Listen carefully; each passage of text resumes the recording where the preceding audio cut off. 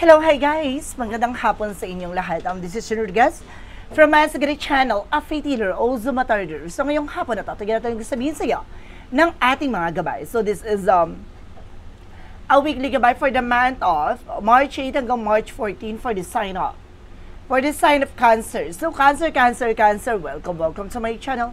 Ano kayong messages, advices, and spirit guides ang ating masasaga for today's video?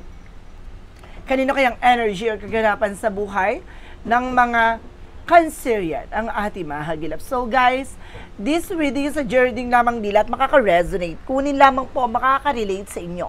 And comment down below kung kaninong energy ang ating nasagot. And of course, don't forget to like and subscribe my channel. And hit notification bell for more videos update. Maraming salamat po sa mga walang sawang pagsuporta sa aking channel, lalong-lalo na ang hindi nag-skip ng adsaway pagpalain kayo ng Diyos at may kapal, siksik liglig, nag-uumapang nabiyayang manong balik sa inyo. So let's see guys, what is the messages advice sa iyo ng ating angel spirit for the sign of Cancer. So let's see and watch this.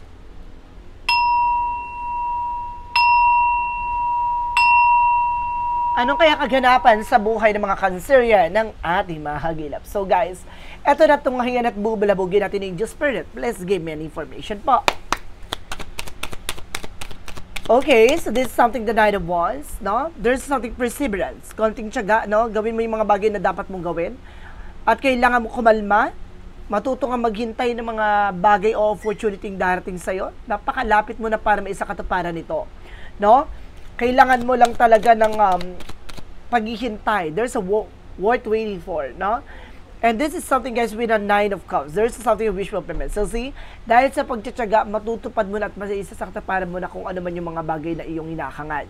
No? Pinapangarap. What is additional messages? And there's a two of coins with something balance. So, kailangan mo maging balance, guys. Emotional, physical, mental. No? Kailangan magkaroon ka ng control sa lahat ng mga plano at magkaroon ka ng disiplina at respect sa sarili mo. And this is something the Queen of Wands by confident, no? Lakasan mo loob mo, maging matapang ka na humarap sa kung ano man yung mga bagay na gusto mong gawin. At sinasabi sa'yo dito naman, napapalibutan ka dito ng mga mapanghusga, bullies, or something ng mga taong hihilahin ka ng pababa, crab mentality. But eventually, guys, no, magtatagumpay ka. Basta lakasan mo ang loob mo, tapangan mo. Additional messages. And because guys, there's something the word with the trouble. Some of you guys, no, magkakaroon ng trouble, magkakaroon dito ng success, no, there's a lot of opportunity coming in for you. The word represents something the new world. Nababaguhin talaga mundong ginagalawan mo. Let's see what is the additional messages. And of course, represent with a Knight of Swords. So there's just something, guys, with an anxiety, sleepless nights. So some of you guys, hindi ka makatulog, hindi ka mapakali, balisa ka, no? And there's something overthinking. And there's something angel's number represent with a 999, no? Na there's something a lesson learned, no? Matuto ka sa kung ano man yung mga bagay na napagdaanan mo. No? Kung ano man yung mga bagay na nangyari sa from the past, no? Matuto ka na. There's a Knight of Wands, represent what? Represent with the 9 of coins. So there's a 9999. So apat na 9 na nagre-represent din something you wish coming true. Talaga matutupad talaga yung mga pangarap mo. Unti-unti mo tong isa sa katuparan at unti-unti mo tong malala sa tunay na tagumpay. So this is something, guys, with two of swords. There's a decision that you need to make. No, kailangan mo magdesisyon. Kung gusto mong matupad itong mga pangarap mo, magbulag-bulagan ka. Nakita mo, para siya naka-blindfold na kailangan maging pipit-bingi ka sa lahat ng eksena, maging bulag ka rin sa situation, na kailangan mo mag-focus sa ginagawa mo, na wag mong tinitignan yung mga sasabihin ng iba, continue what you're doing. Let's see what is the Two of Coins. The Two of Coins represent what? There's the Empress card for revert. No? This is something, a new blessing coming in for you. Na magkakaroon ka ng bagong simula, panibagong pag-asa, no? At maaaring mababawi mo, no, ang tunay na kaligayahan mo dito. No? At maaaring ibalik mo dito ang tunay na sigla ng pagkatao mo.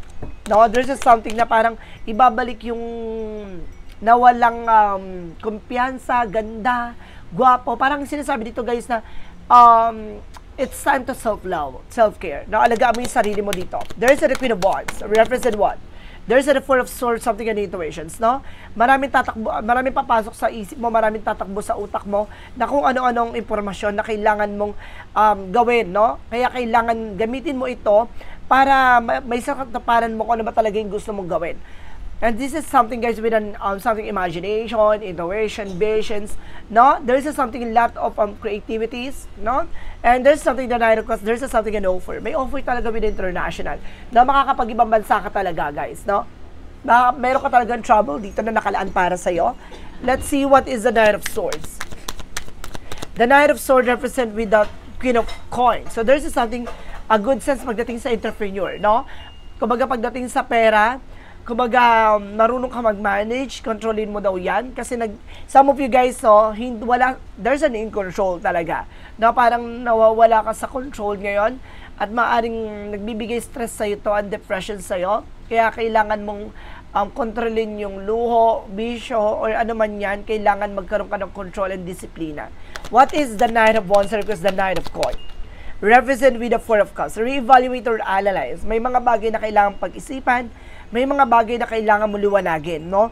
Upang may sa katuparan mo to ang tuloy-tuloy na biyaya. There's something financial windfall. Pero kailangan mong maging mautak, no? Maging wise. Let's see what is the Knight of Cups, because the Two of Swords. So there's a Knight of Swords with the success driven, no? There's something na magsasuccess ka, kailangan mo lang talagang mas lalong liwanagin yung utak mo kung ano talaga yung purpose mo sa buhay. Kung ano ba talaga plano mo, no? Let's see what is the Two of Coins, because the Empress card represent with the Four of Wands. So something is celebration, homecoming, family gathering, no? Para magkakaroon talaga dito ng balance na ibabalik mo ulit yung sigla ng pagkatao mo, no? Aalagaan mo yung sarili mo or mamahalin mo yung sarili mo this time.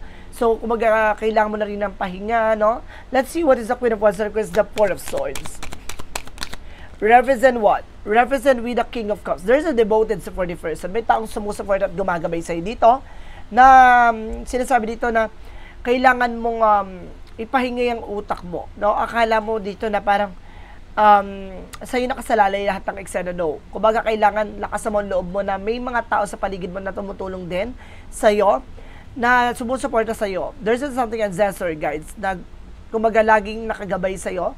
Let's see what is the word here, because the Knight of Cups. There's a temperance for healing, no? Magkakaroon ka ng healing dito, and there's something the perfect timing. Kumbaga may taong talagang, may bagay na nakalaan para sa'yo, may taong nakalaan para sa'yo, at there's something opportunity na nakalaan sa'yo, no? And there's a temperance for kalma. Kailangan mo maging kalmado. Lahat ng offer na darating sa'yo, kailangan mo munang pag-isipan. Kailangan mo munang i-evaluate, no? Hindi ka pwedeng sunggab ng sunggab, hindi ka pwedeng bira-birada. There is a Knight of Swords, the Queen of Coins represent with the lovers, no? Connected with your love life, no? There's something partnership pagdating sa business. Kaya kailangan mas lalo kang maging kumbaga creative, no? At kailangan lakasan mo ang loob mo how to manage and control and maturity about sa finances, no? So let's see.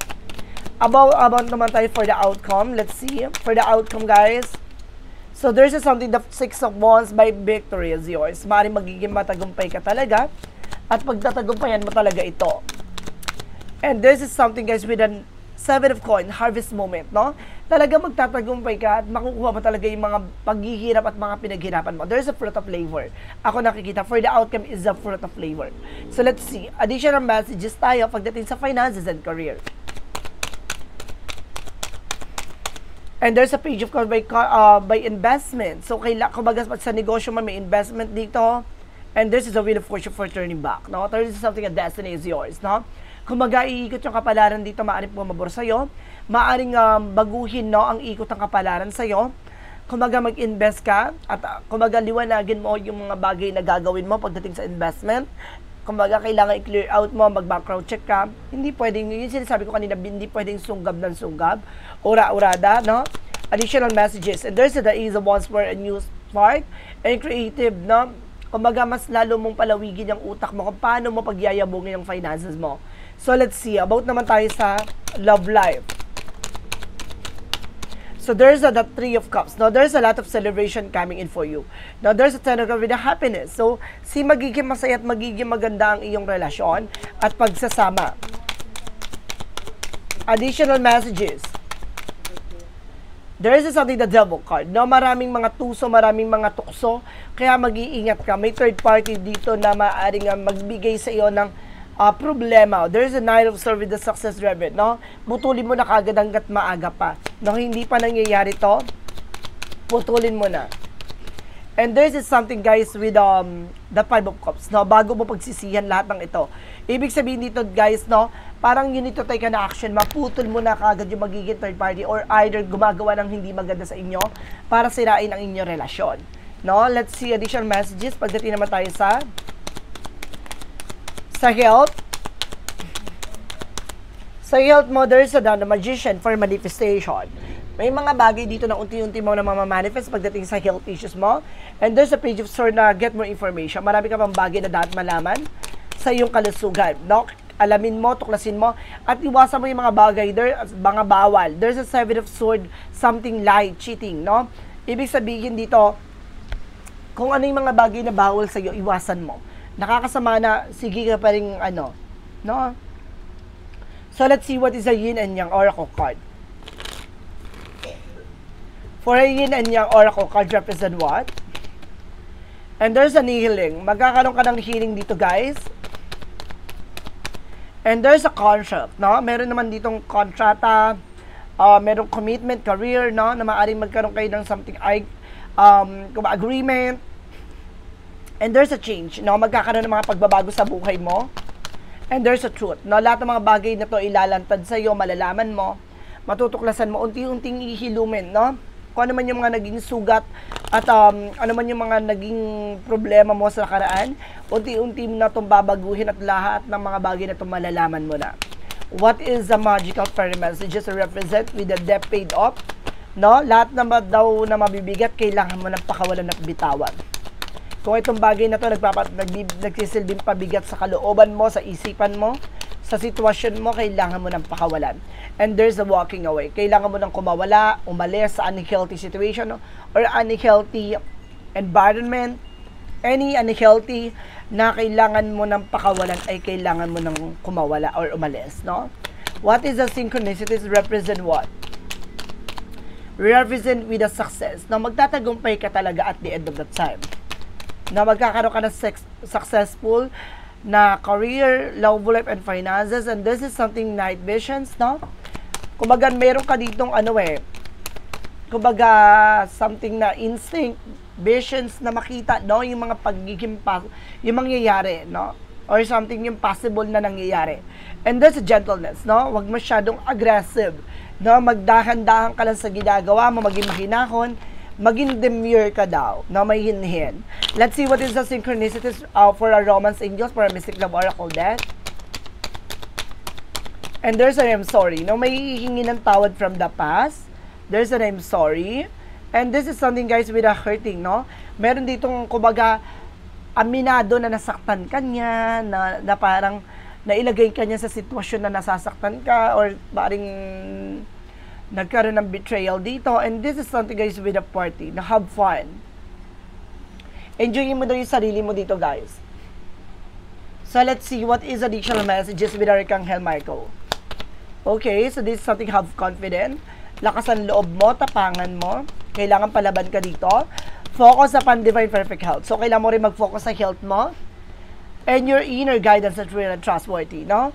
Kumbaga, yung mga gabay mo naman dito, mapagkakatiwala naman daw. So, let's see what is the angel's answer. Represent what? Represent with a no. No, marunong ka dapat humindi. Hindi pwedeng oo, ura-urada, bira-bira. Marunong say no if you want to. No? And there's a perfect timing coming in for you. No, may perfect timing talaga. Ito yung sinasabi ko, worth waiting for. No, kaya kailangan maghintay ka.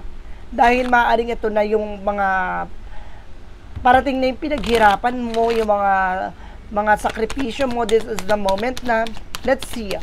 And find forgiving and learning. So, kailangan mo magpatawad at kailangan mong matuto. No, yung mga bagay na nangyari sa'yo, isang leksyon yon para hindi na maulit yung ganong scenario. And this is something engagement. No, kakantong ka dito with an engagement. Just wait for a perfect timing, no, na magbibigay sa'yo ng higher level of commitment. So, let's see, guys. Now, what is additional messages? And there's a loneliness. So, huwag ka mag-alala, hindi ka nag-iisa. Na ginagabayan ka ng ating angel spirit dito. And there's an imaginations, no? Gamitin mo tong imagination na to para makapag-create ka ng something idea, opportunities, no? And there's something perspective. Baguhin mo yung mindset mo. Baguhin mo yung tumatakbo sa isipan mo na there's something in negative thoughts, no? Alisin mo yon, yung something na parang makasarili ka dito sa sitwasyon. Alisin mo yon. Kailangan lagi mo pakakatandaan yung brighter side of situation, no? And this is something, guys, with a bigger picture thinking. So, ito yung sinasabi ko, kumbaga, mas palawigin mo yung isip mo. What if ganito? What if ganyan? Kumbaga, mas tignan mo yung sarili mo, yung mangyayari in the near future, no? Yung, kumbaga, what if kung ilaban mo? What if kung hindi mo ilaban? Kumbaga, there is something na magtitingnan may possibilities or advantage and disadvantage yung bawat actions mo. And that's something, guys, you're not alone, no? Hindi ka nag-iisa. Kumbaga, masyado ka lang madrama. And this is something, guys, with a water girl garden, so there's something rest. So, kailangan mo ng pahinga. No? Ipahinga mo yung isip mo, yung puso mo, yung utak mo. What is the chakra messages? Represent what? Represent with a renewal. Na magkakaroon ka ng renewal dito, guys, no? Kumbaga, ibabalik mo yung sigla ng pagkakatao mo, ibabalik mo yung ganda ng eksena mo. And there's a guest, no? Kumbaga, sinasabi dito, maraming bagay na darating pa sa'yo, no? Maraming mga bibisita, maraming mga extra pa. Kumbaga, kailangan handa ka. So, wait lang, guys, ha? Wait lang, for a minute.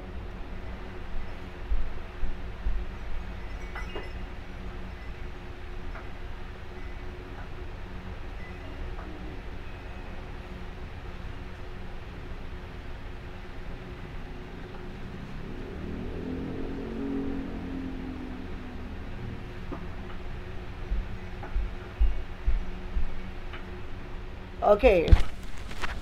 Okay, guys. So, let's see. What is Arcangel Raphael messages?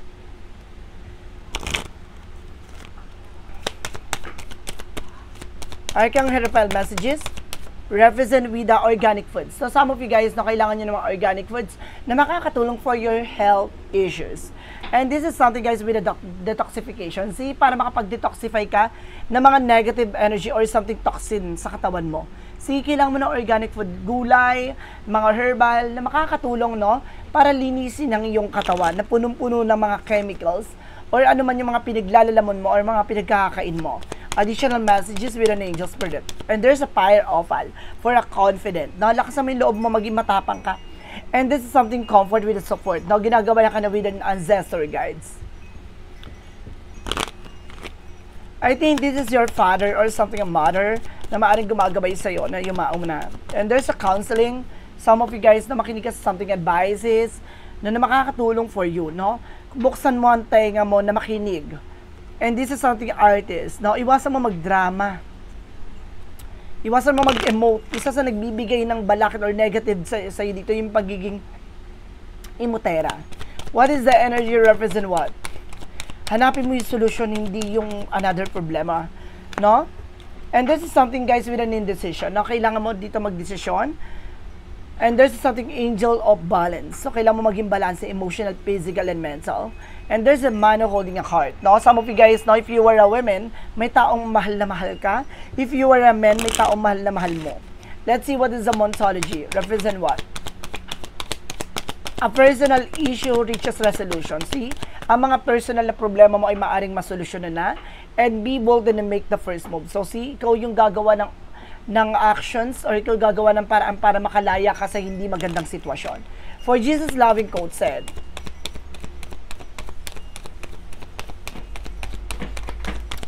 represent peace be with you as my Father sent me. So see, bigyan mo ng kapayapaan ng sarili mo, ang sitwasyon mo katulad ng kapayapaan na ginawa ng ating Panginoon. Hindi mo kailangan patunayan o hindi mo kailangan i-place yung sarili mo in anyone, no? Na para tanggapin ka, para pakinggan ka, kailangan mong buksan ng isip mo para sa sarili mo, no? Na kailangan mong mag-take ng action, kailangan mo pakinggan yung sarili mo for something na makakatulong, no? Para makalaya ka dyan sa sitwasyon na yan. Hindi mo kailangan ng mga taong muhusgahan ka, ng mga taong hindi ka pakikinggan, ng mga taong hindi alam kung ano yung pakiramdam na nararamdaman mo. No? Kailangan mo tulungan yung sarili mo. For an angel's number, represent what? Angel's number, represent with a 0330 for lucky ship. No, there's something na babaguhin talaga yung mundo ng ginagalaw mo, kailangan mo na magpatuloy sa kung ano man yung mga ginagawa mo, no? Pursue your goals and get what you want. It will provide wonderful benefit for you and people you hold there. Your ability to communicate is improving at this time, which will make it easier for you to interact with a broad and spectacular of individuals. So see, kumbaga ngayon, mas lalo ka ng kumbaga masyado mo nang katanggap-tanggap yung mga nangyayari ngayon. No? Mas lalo nang pinalalawig mo yung isip mo na hindi lahat ng tao, kumbaga, tutulungan ka, no? At hindi lahat ng mga tao na ipiplease yung mga, kung anong gusto mo, no? At yung mga bagay na nararamdaman mo. No? Kaya kailangan, kumbaga, baguhin mo na yung, na perspective or yung mindset mo na, kumbaga, may taong tutulungan ka, ganito, ganyan. No, kailangan mo tulungan yung sarili mo. Para nang sa ganun, mabago na ang mundong ginagalawan mo or yung sitwasyon na ginagalawan mo. Kasi there's something progress, guys. Na may pagbabago, kailangan mo lang baguhin yung kaisipan mo. What is the messages of life? Represent what? I have faith in my life. So, magtiwala ka sa buhay na ibinigay sa'yo. Today, I give my life to life. I live in the here and now without concern for tomorrow because God is always near and will never let me fall. My faith surrounds me with the light. No matter the circumstances, I let go having faith that life will always provide that with what is most beneficial for my soul. So see, kumbaga kailangan mo pakawalan, bitawan ang ngit-ngit, galit, buot, drama, lahat na nagbibigay negatibo sa isip at sa puso mo at sa sitwasyon mo, kailangan mo ng pakawalan at magtiwala sa Poong May Kapal. So guys, this is the weekly gabay for the month of March 8 hanggang March 14 for the sign of Cancer. So, Cancer, maraming salamat for this wonderful reading. So, once again, this reading is a journey lamang nila at makaka-resonate kung nila man po makaka-relate sa inyo. And comment down below kung kaninong energy ang ating nasagap. And of course, don't forget to like and subscribe my channel and notification bell for more videos update ko. Maraming salamat po sa mga walang sawang pagsuporta sa aking channel, lalo-lalo na ang hindi nag-i-skip ng ads, naway pagpalain kayo ng Diyos at May Kapal. Siksik, liglig, nag-uumapaw na biyayang manong balik sa inyo. At maraming salamat po. And see you in the next video. Bye-bye. And babush.